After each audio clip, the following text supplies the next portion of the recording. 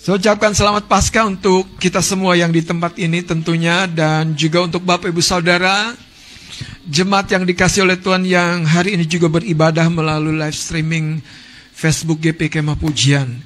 Kalau kita ada hari ini beribadah bersama-sama, saya percaya sekali semua bukan terjadi karena kebetulan, tetapi karena Tuhan yang telah memilih dan memanggil saya dan menjadikan engkau dan saya umatnya.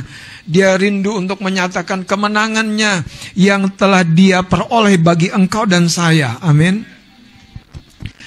Pagi hari ini saudara, biasanya Paskah kita akan belajar bagaimana cerita tentang kematian dan kebangkitan Tuhan Yesus bagi kita orang-orang yang percaya kepadanya. Tetapi pagi hari ini saya akan melanjutkan tema firman Tuhan yang sudah disampaikan oleh Ibu Gembala pada minggu yang lalu. Kemana fokusmu? Kemana fokusmu? Tetapi hari ini tema kita adalah kemana fokus mentalitasmu? Kenyamanan atau berjuang? Kemana fokus mentalitasmu? Kepada kenyamanan atau berjuang? Kita lihat 1 Samuel pasal 14.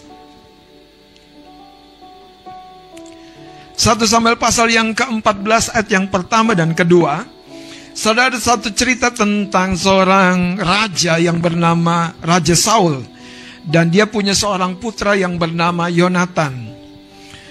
Dan yang menarik dari cerita ini adalah Yonatan dan Saul, atau Saul sebagai ayah daripada Yonatan bersama dengan putranya ini, menggambarkan dua mentalitas yang kadangkala saudara terjadi dalam kehidupan banyak anak-anak Tuhan pada hari-hari ini. Bagaimana kita menghadapi pergulatan kehidupan kita, bagaimana kita melihat penderitaan, kesulitan, bagaimana kita melihat panggilan di dalam pelayanan, bagaimana kita melihat orang lain di sekitar kita yang datang dan ada pada waktu kita justru membutuhkan pertolongan, justru orang tersebut butuh pertolongan dari kita. Bagaimana cara kita melihat hal-hal tersebut? Nah, dua pribadi ini saudara menggambarkan bagaimana mentalitas kita, bagaimana fokus mentalitas kita. Kita akan lihat ayat yang pertama dan ayat kedua, kita akan baca bersama-sama. Mari kita bangkit berdiri. Ayat yang pertama dan ayat yang kedua 1 Samuel pasal 14. 2-3. Pada suatu hari, Yonatan bin Saul berkata kepada bujang pembawa senjatanya, "Mari kita menyeberang ke dekat pasukan pengawal orang Filistin yang di sebelah sana." Adapun Saul duduk di ujung Gibea di bawah pohon delima yang di Migron, dan rakyat yang ada bersama-sama dengan dia itu kira-kira 600 orang banyaknya. Puji Tuhan, silakan duduk. Saudara, Raja Saul memiliki sebuah kepribadian yang unik sekali kalau Anda baca di dalam Alkitab. Dia punya sosok yang gagah, dia punya perawakan yang unggul dibandingkan orang lain. Bahkan dia sebetulnya saudara dibesarkan dalam keluarga yang mengasihi dia. Artinya tidak ada alasan untuk dia mengalami sebuah perasaan rendah diri, karena dia punya kelebihan dari anak-anak muda seukuran sebayanya. Tetapi nanti kita akan lihat untuk menjadi seorang pemimpin, untuk menjadi seorang yang dipakai oleh Tuhan, ukurannya ternyata mentalitas kita, fokus mentalitas kita. Sayangnya saudara, di balik jabatannya sebagai raja, Saul justru memiliki sebuah fokus mentalitas yang sangat rendah sekali. Mari kita lihat saudara, ayat yang pertama. Pada suatu hari, kalau Anda baca 1 Samuel pasal 13, Anda akan temukan sebuah cerita di mana Raja Saul telah mengupayakan ada 600 orang tentara yang selalu mendampingi dia di masa krisis pada waktu terjadi. Krisisnya terjadi kenapa? Karena bangsa Filistin, musuh daripada Israel pada waktu itu, menjarah, menghabisi saudara bangsa Israel dalam pemerintahan Raja Saul. Tetapi Saul unik sekali. Kemana-mana dia seperti punya pengawal. Bukan 1, bukan 2, bukan 10, bukan 12. bukan 20, tapi 600 orang. 600 orang. Beda sekali dengan Yonatan. Yonatan, dia didampingi oleh seorang yang menjadi ajudannya. Lebih tepat bukan pengawal pribadinya, tapi mitra kerja, mitra berjuang. Ini yang menjelaskan siapa Raja Saul papanya itu dan siapa Yonatan anaknya. Anda tidak perlu melihat nasib dirimu seperti mungkin hal-hal yang kurang bagus dari leluhur kita. Kenapa saudara? Siapapun leluhur kita, siapapun kakek nenek kita, opung kita, dia adalah wujud pribadi-pribadi yang dipakai Tuhan untuk menjadikan kita ada hari ini. Tetapi siapa kita akan menjadi di depan, sekali lagi, siapa kita akan menjadi di depan, itu tidak ditentukan siapa leluhur kita, siapa orang tua kita. Colek kanan kirinya, kamu tidak ditentukan papa mamamu. Kamu punya destiny sendiri, kamu punya nasib sendiri, haleluya.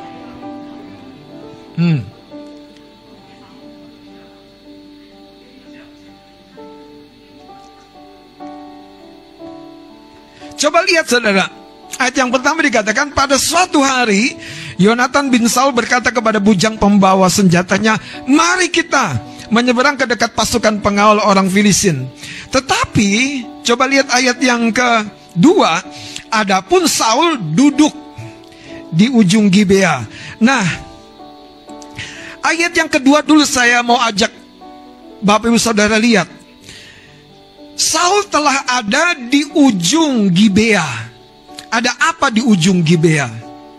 Saul ternyata memilih satu zona nyaman dan zona aman. Saul telah berada pada ujung satu daerah yang berdekatan di mana Nabi Samuel ada. Kemudian di Gibea itu sendiri juga dia membawa sertanya 600 orang tentara. Tetapi yang menarik, Alkitab mencatat Saul duduk. Saul sepertinya telah menempatkan sebuah tempat, satu zona yang dia pikir aman, yang dia pikir nyaman, karena banyak pendukung-pendukung di sekelilingnya. Sayangnya inilah justru menggambarkan kerapuhan. Rapuh tidaknya kita sebetulnya dilihat waktu orang-orang yang biasanya membuat kita nyaman tidak ada di sekeliling kita. Kita tetap bisa kendalikan diri kita enggak? Kita tetap bisa punya satu keyakinan diri yang utuh tidak? Biasanya anak kalau tidak ada papa mamanya agak terganggu. Biasanya pada usia tertentu. Iya enggak? Contohnya Allah. Dia akan selalu bilang, mama sini, mama sini, mama. Tapi itu bagaimana dengan kita? Jangan-jangan saudara, tanpa kita sadari, kita belum menyadari bahwa Tuhan memberikan sepenuhnya mandat itu kepada kita. Melalui kebangkitannya, melalui kemenangannya, supaya engkau dan saya menjadi pribadi-pribadi, anak-anak Tuhan yang bertumbuh matang, bertumbuh dewasa. Dan itu dimulai ketika engkau dan saya memiliki sebuah akar rohani tertanam begitu dalam, begitu kuat. Bukan sebatas dari buahnya, apalagi sebatas dari pelayanannya, apalagi sebatas dari posisinya sebagai raja, sebagai sianu, sebagai pemimpin No, saudara. Titel, jabatan, merek tidak menentukan seberapa kokohnya kita. Kenapa? Coba lihat, Saul telah duduk.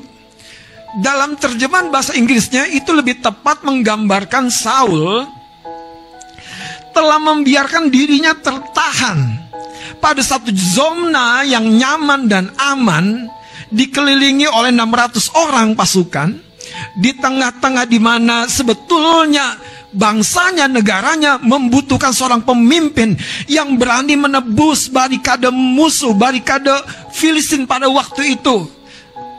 Yang berani, yang berani mengambil sebuah terobosan, yang berani membuat satu inisiatif. Tapi Saul telah duduk, dia telah berhenti. Bahkan menarik catatan Alkitab, dia ada di ujung dari Gibea. Sepertinya dia menjauh dari semua permasalahan, menjauh dari semua ketidaknyamanan, menjauh dari semua yang akhirnya akan menuntut dirinya sebagai raja, sebagai pemimpin. Dan dia membuat sebuah perlindungan diri yang semu di balik semua tentaranya. Dan disinilah Saul mengalami semakin merosot makna dirinya. Dia kehilangan siapa dirinya. Dia kehilangan untuk apa dia telah diurapi Tuhan menjadi raja. Untuk apa? Dia lupa, saudara. Dia lupa dia telah diangkat Tuhan jadi raja. Dia lupa. Dia mengamankan dirinya. Nah, inilah sebetulnya, saudara, gambaran orang-orang Kristen yang lupa bahwa kita ada di muka bumi dengan satu maksud panggilan yang suci sekali. Yaitu kita bukan dipanggil, ditempatkan, diposisikan untuk berada di zona aman dan nyaman. Saudara, begini yang saya maksud. Untuk menolong seseorang sampai keluar dari sebuah kuk. Mari bilang kuknya sakit penyakit. Orang Samaria yang baik hati, dia turun dari keledainya. Dia mengobati yang dipukul, berdarah, ditinggalkan. Terus apa? Dia taruh di atas keledainya, dia bawa ke penginapan. Dia titip di penginapan, dia titip uangnya. Dia bilang, kalau ada yang lebih dari belanjaanmu buat dia, aku akan ganti. Anda tahu cara seperti apa yang dilakukan oleh seorang Samaria yang menggambarkan seorang yang sebetulnya tidak kenal Kristus, tidak kenal perjanjian Israel. Tetapi kasihnya itu yang Yesus gambarkan. Yesus menilai bukan dari siapa engkau secara lahiriah, tapi siapa engkau dari ekspresimu kepada sesama. Saul telah kehilangan makna dirinya. Saul telah memposisikan di dalam zona nyaman. Kalau Anda memberi tumpangan bagi orang lain sampai kendaraan Anda gembos, sampai kendaraan Anda kotor, Anda berhasil. Tapi kalau Anda memberi tumpangan buat orang lain dan Anda mau tetap clean, saya mau katakan, saudara, ada yang salah di dalam jiwamu. Ada yang salah, ada yang salah. Kalau Anda memberi tumpangan di rumah untuk orang-orang yang bahkan, saudara, tidak menguntungkan buat Anda, itulah kasih yang sesungguhnya. Bahkan, saudara, seperti Alkitab catat, orang Samaria yang murah hati ini memberikan uang supaya apa? Kalau dibelanjakan oleh pengurus wisma, penginapan di mana orang yang terluka itu ditolong, dipakai dari depositnya itu, saudara. Saya mau kasih tahu, Tuhan mencari orang yang dengan kasih yang luber dan keluar dari zona nyamannya. Saya bayangkan orang Samaria ini pulang dari berdagang, untung, tapi dia siap merelakan keuntungannya untuk menolong orang lain, untuk menyentuh orang lain, untuk punya hidup bermakna, saudara. Kalau hari ini engkau rindu hidupmu bermakna, berguna, berarti, jadi terang yang sesungguhnya di tengah kegelapan. Ayo ambil resiko, keluar dari lingkungan terangmu itu. Kau nyaman disoroti dengan cahaya, keluar, keluar, keluar, keluar. Kalau Anda biasa nyaman dengan semua kebaikan, semua fasilitas, keluar, itulah gereja. Gereja harus jadi garam. Gereja harus memberi cita rasa di mana orang mencari apa makna dan arti hidup. Saul tidak lagi punya makna buat orang lain. Kenapa? Karena dirinya sendiri sudah begitu merosot. Anda tahu, dia telah berhenti di ujung Gibea dan rest, saudara. Tidak ada satu orang pahlawan yang sejatinya, saudara, berkata, sampai hayat dipanggil Tuhan, ada istirahat. Belum. Itu istirahat kalau hayat sudah dipanggil Tuhan. Tapi selama masih ada nafas, bukan waktu untuk beristirahat. Bukan waktu untuk beristirahat. Masalahnya, apakah kita tahu perjuangan yang dipercayakan kepada kita dari siapa dan untuk siapa? Mari lihat sekarang Yonatan, tokoh yang kedua, saudara. bertolak belakang sekali dengan Yonatan putranya. Yonatan memilih justru dia ada di zona yang berbahaya. Betul? Coba lihat saudara, ayat ini berkata, Yonatan berkata kepada bujang pembawa senjatanya, mari kita menyeberang kemana? Ke dekat pasukan pengawal orang Filistin. Jadi justru dia mengambil satu itikat. Mari kita pemimpin-pemimpin mengambil sebuah langkah yang ekstra, keluar dari perahu kita yang nyaman untuk menolong, untuk membela, untuk memberkati, untuk melakukan sesuatu yang mungkin belum pernah kau lakukan. Saudara, mari keluar. Mari keluar. Mari keluar untuk membuat sesuatu yang ekstra dari hidupmu. Yonatan melakukan itu kenapa? Alkitab mencatat begini. Pada 1 Samuel 13, saudara, ketika Filistin menjarah seluruh Israel, tidak ada pedang. Kecuali pada Raja Saul dan anaknya Yonatan. Hanya sedikit kekuatan. Tetapi Yonatan telah mengambil sebuah inisiatif yang sebetulnya meresikokan dirinya.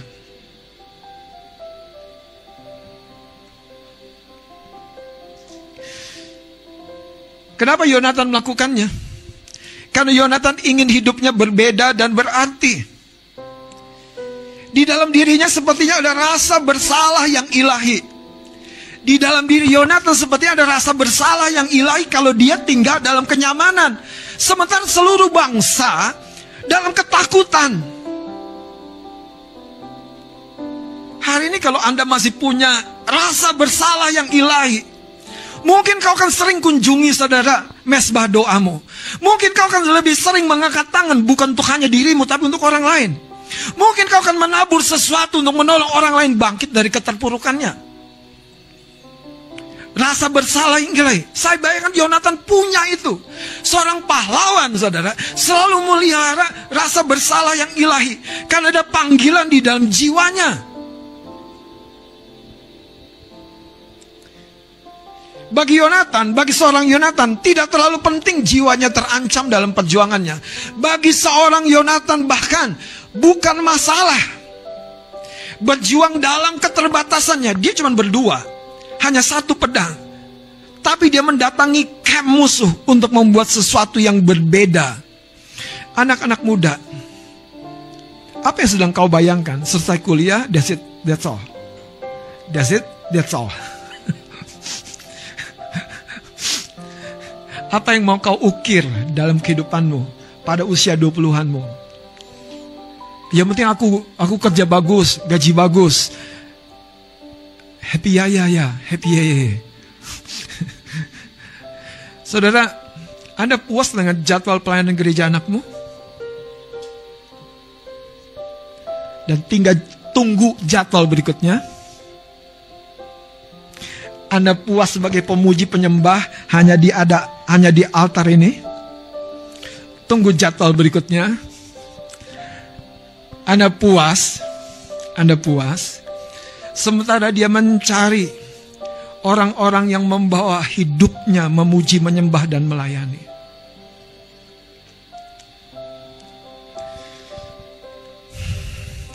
Saudara, saya lihat Yonatan luar biasa sekali. Sampai-sampai saya lihat Yonatan mengandalkan bukan lagi kekurangannya. Dalam kekurangannya justru dia sadar dia perlu mengandalkan kemurahan Tuhan untuk membuat terobosan. Saudara, tangkap sesuatu dari Tuhan hari ini. Di tanganmu selalu ada pedang, cukup untuk membuat terobosan.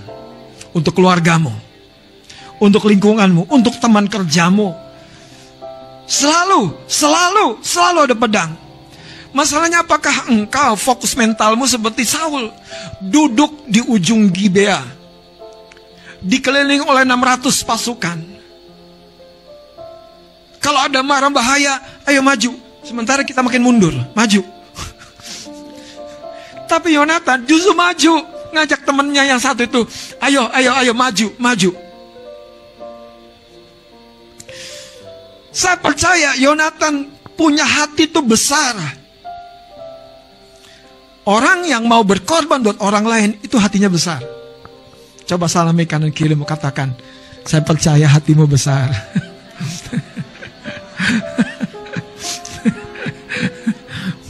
Orang yang mau berkorban buat orang lain yang tidak dia kenal, itu lebih besar lagi hatinya. Anda tahu kenapa Yesus mati di kayu salib? Karena hatinya besar, dan hatinya besar karena kasih.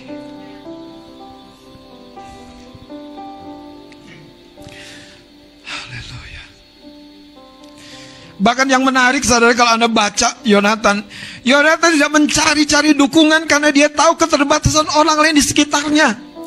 Dia hanya minta bantuan asistennya, bujang pembawa senjatanya. Kalau Anda mau melakukan sesuatu untuk Tuhan, untuk orang lain, apakah Anda tunggu orang lain mendukung Anda? Atau inisiatif dimulai dari tanganku? Inisiatif dimulai dari tanganku, langkahku. Inisiatif dimulai dari ide yang kukeluarkan. Atau Anda menunggu, saudara. Saya mau beritahu, pada kisah ini 1-13, 1-14, itu di mana seluruh Israel tidak ada pedang, dan hanya Saul dan sama Yonatan. Tapi Yonatan mengambil sebuah inisiatif di tengah keterbatasannya, dan dia tidak mengandalkan dukungan papanya. Dengan ratusan pasukan, dia melihat sesuatu bisa dia lakukan. Saudara, saya senang sekali Yonatan dicatat itu berteman dengan Daud akrab. Orang yang jiwanya besar selalu ketemu, akrab, karib dengan orang yang jiwanya besar. Ketemu Daud, dia kasih baju perangnya, dikasih pedangnya, dikasih baju jirahnya. Yonatan seorang giver.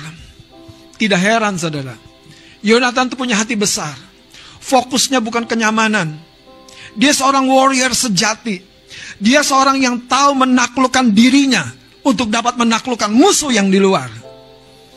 Kalau engkau tidak bisa menaklukkan dirimu sendiri, coba cek, saudara. Musuh yang di luar justru akan semakin berat. Kenapa? Karena ketakutan lebih melemahkan dirimu daripada senjata musuh. Engkau lebih diteror oleh apa yang muncul di pikiranmu sendiri daripada apa? Kekurangan, ketidakberdayaan.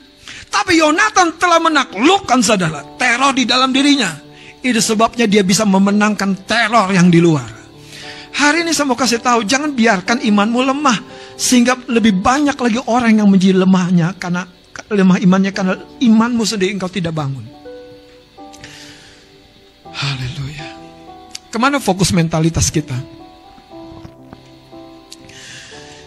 Mari buka Lukas pasal 13 ayat 24.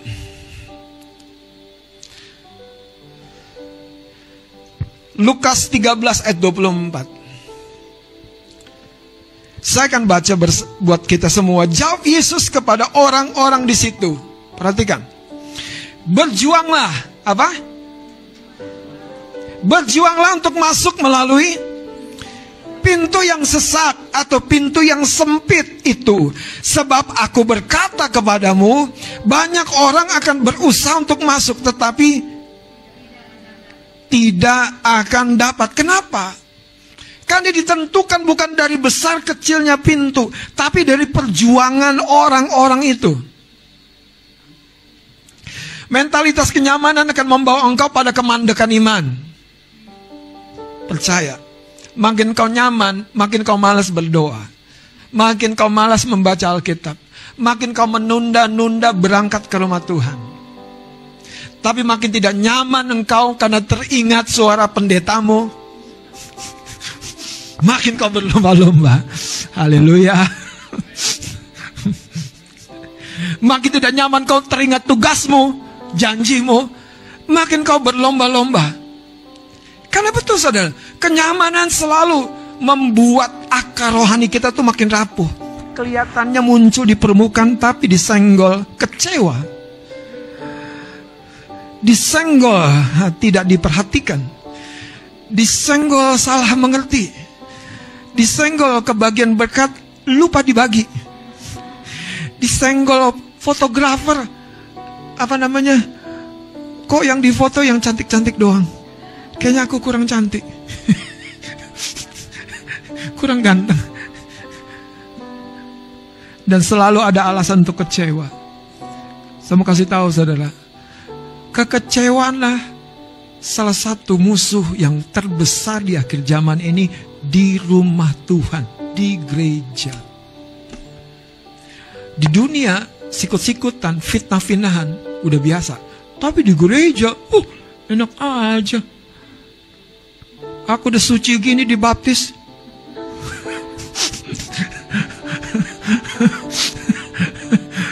Aku udah kudus begini dibaptis. Ada yang bikin kecewa, enak aja. Bangkit lagi tuh. Pada kemarin bilang, ku telah mati.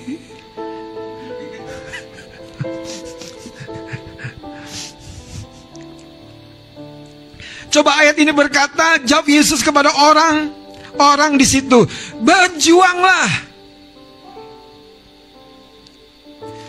untuk masuk kepada pintu yang menuju kerajaan surga. Kita harus berjuang. Saudara, siapa bilang jadi Kristen, jadi anak Tuhan itu gampangan? Siapa bilang? Ya, terlambat sih Pak. Kali terlambat. Enggak kok, saya percaya kekasih-kekasih Tuhan bukan mencari kemudahan, tapi mencari kebenaran. Tuhan berkata, saudara, berjuang. Sebetulnya peperangannya itu justru melawan kedagingan kita. Perjuangannya itu melawan, saudara, hal-hal yang menarik kita mundur. Seperti gravitasi dosa membawa kita turun. Kita harus lawan. Amen. Katakan amin. Haleluya. Kalau boleh saya terjemahkan kalimat ini, saudara, ayat 24 ini. Jikalau Anda menginginkan sesuatu yang baik, sesuatu yang berguna seperti Yonatan, yang berdampak besar, Anda harus cukup gila mengejarnya. Itu kata berjuang. Kalau Anda tidak cukup gila, Anda nggak bisa menempuh itu, saudara, penghalang-penghalangnya. Karena sayangnya penghalang-penghalang yang di luar itu sebetulnya tidak terlalu susah untuk ditembus ketika penghalang yang di dalammu engkau mampu selesaikan.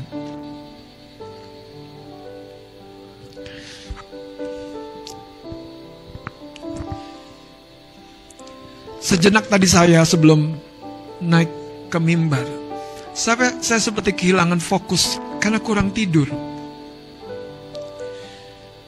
Tapi saya mengingat, saudara, apa yang Tuhan sudah ajarkan sekian waktu yang lalu. Sebetulnya masalahnya sederhana.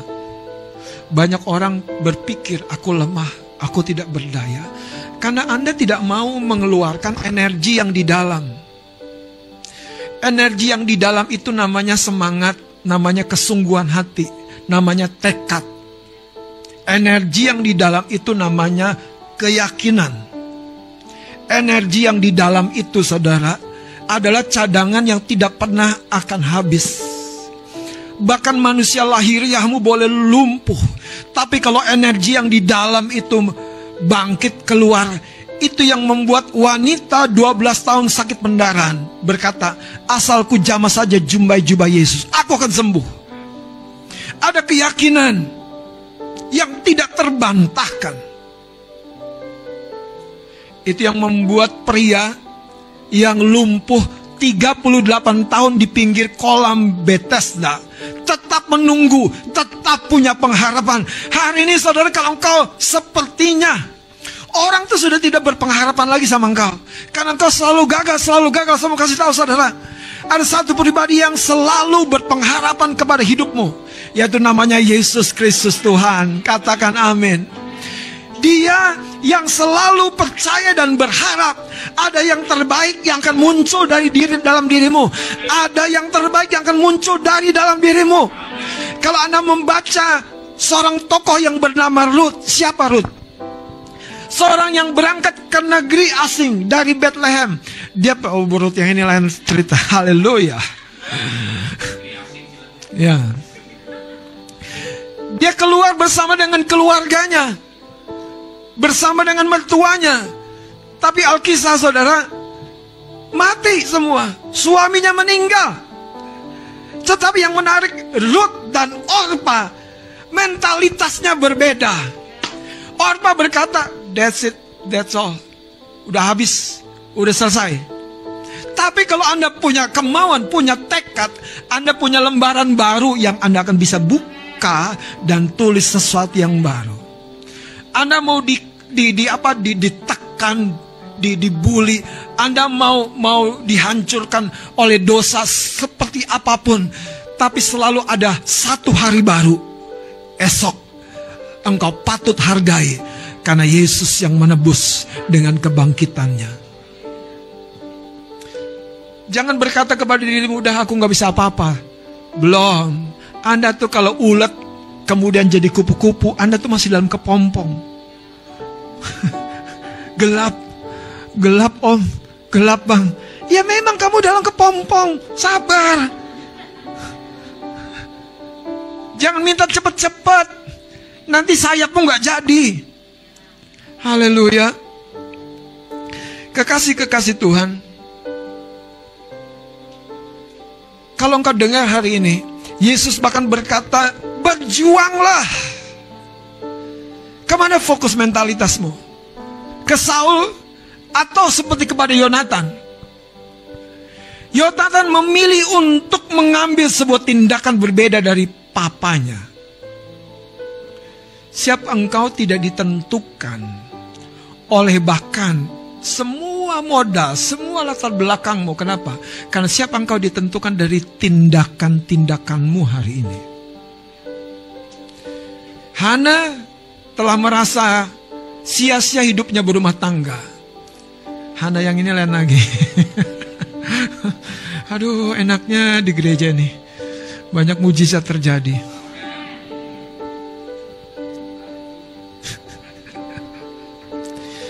Alkitab mencatat Hana telah menikah dan sekian tahun tidak pernah melahirkan putra dan putri. Sampai suaminya Elkana menikah lagi dengan istri muda, beranak banyak.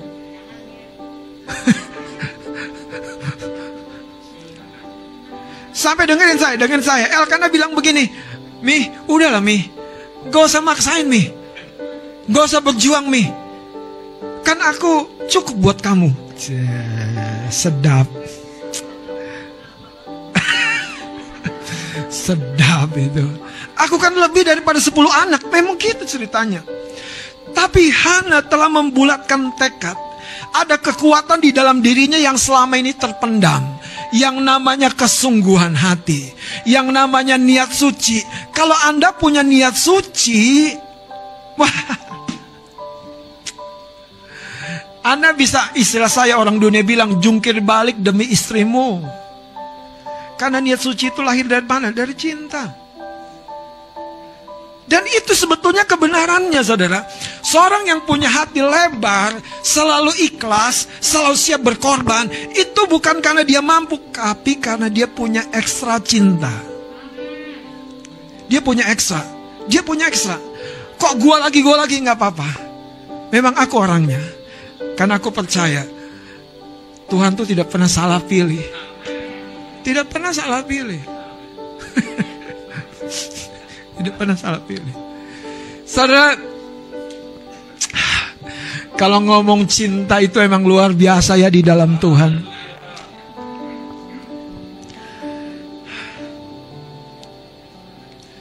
Saya punya mama itu penuh dengan cinta sebagai orang Batak. 6 orang anak dibesarkan dengan baik. Dengan gagah perkasa dia bangun subuh-subuh. Dengan gagah perkasa dia terlelap di malam hari. Dia tidak pernah menangis merengek. Susah dan beratnya hidupku. Dia punya kekurangan banyak. Kadang dia kasar. Oh, haleluya. Tapi saya mau tahu, kasih tahu saudara, cinta itu mengalahkan semuanya. Itu yang membuat saudara, dia bisa menginvestasikan hasilnya sedikit demi sedikit untuk siapa? Untuk anak cucunya. Gila banget. Coba, siapa? Satu orang ibu yang tinggal suaminya. Yang saya mau bagikan saudara, hari ini, kemana fokus mentalitasmu? Kalau engkau berpikir hidupmu sudah mencapai yang terbaik, bagaimana caramu mengukur? Kalau kau berpikir doamu sudah mencapai yang terbaik, kalau engkau berpikir saudara talenta dan pelayananmu sudah mencapai yang terbaik, jangan-jangan engkau sudah seperti Saul, duduk di ujung Gibea, mengurung dirimu dengan berbagai dayang-dayang. 600. Ada yang bisa disuruh, ada yang bisa disuruh. Tapi Yonatan telah mengambil sebuah inisiatif untuk mendobrak kebekuan. Kita lihat satu ayat lagi saudara, Mazmur 12 ayat yang kelima. Daud berkata begini saudara, Mazmur 12.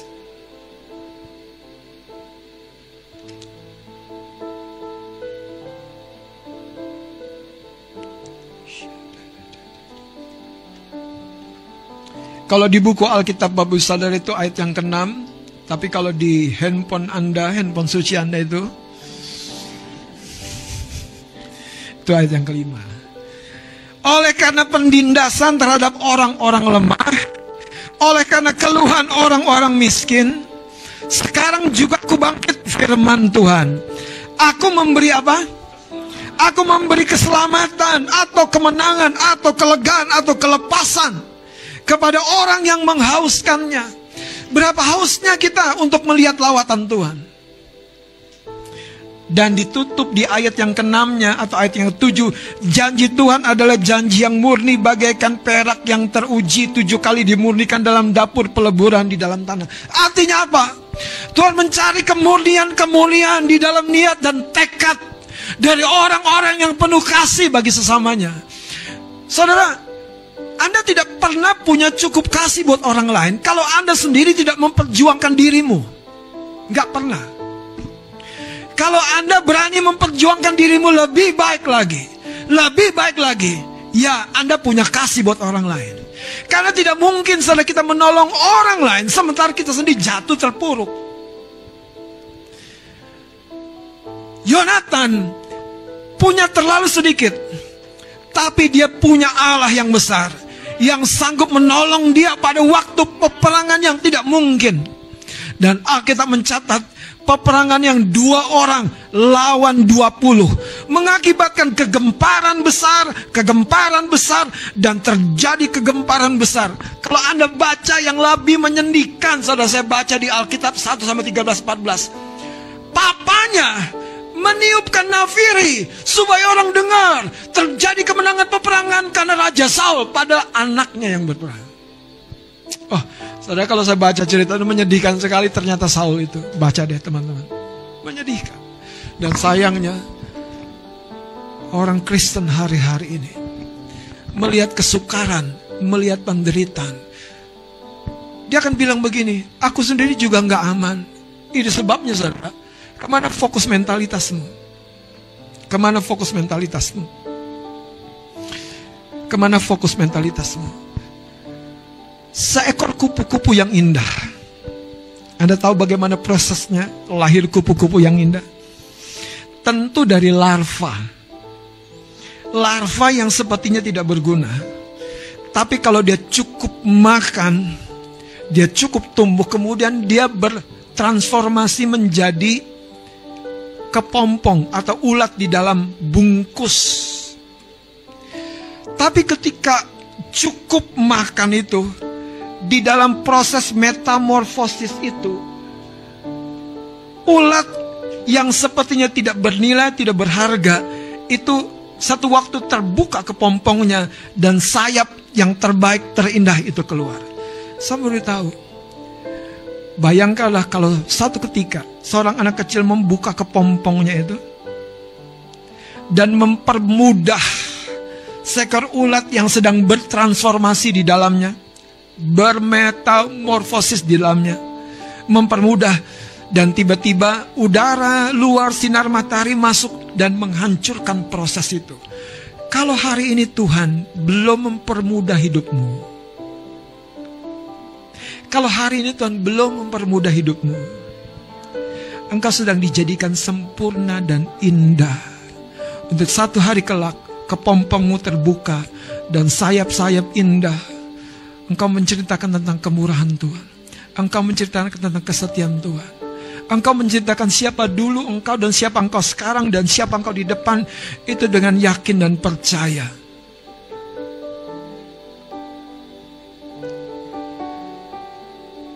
Saul telah gagal. Mentalitasnya hanya berfokuskan kepada aman, nyaman. Dan dia telah melindungi dirinya yang sebetulnya rapuh. Yonatan sebaliknya. Satu nggak cukup, lebih baik dipakai berjuang daripada disimpan. Kalau Anda punya kekuatan, disimpan tidak berguna, gunakan untuk orang lain. Gunakan untuk melayani. Satu waktu ketika Anda menyelesaikan babak kehidupanmu di muka bumi ini, engkau tidak pernah akan menyesali proses perubahan-perubahan yang menyakitkan itu. Kenapa? Karena di dalam berjuanglah sebetulnya engkau menjadi lebih indah, menjadi lebih indah, menjadi lebih berguna, menjadi lebih berarti, menjadi lebih bahkan sebetulnya saudara, yang paling luar biasa, menjadi lebih manusiawi. Karena orang-orang yang sebetulnya malas berjuang, sebetulnya dia telah melupakan panggilan hidupnya untuk menjadi kasih, untuk menjadi terang bagi orang lain. Saya mau ajak sebetulnya membaca satu kisah yang tidak panjang tentang dua suku yaitu Bani Ruben dan Bani Gad di Israel. Saya ceritakan saja dengan singkat ya. Setelah mereka mendapat tanah warisannya, mereka dilarang untuk segera menetap di tanah yang mereka telah nikmati. Mereka bilang begini, jadi kan dari Mesir keluar menuju tanah Kanaan, dibatasi sebuah sungai Yordan. Waktu mereka melewati sungai Yordan, Bani Gad dan Bani Ruben lihat tanah sebelum nyebrang itu padang rumput hijau, mereka punya banyak ternak. Dan Musa bilang begini melalui Yosua, apakah kamu mau membangkitkan murka Tuhan? Anda tahu nggak, pesan ini sebetulnya disampaikan untuk kita-kita yang sudah senior rohani. Anda tahu Ruben dan Gad itu suku-suku yang senior. Ruben itu si sulung. Dan mereka tuh sudah diberkati Tuhan. Dan mereka mau cari posisi aman mereka. Tidak mau menyeberang, berperang untuk menolong saudara-saudaranya mendapatkan harta pusakanya. Saya mau memanggil Bapak Ibu Saudara, teman-teman yang sudah lebih dahulu diberkati, yang sudah lebih dahulu posisinya enak.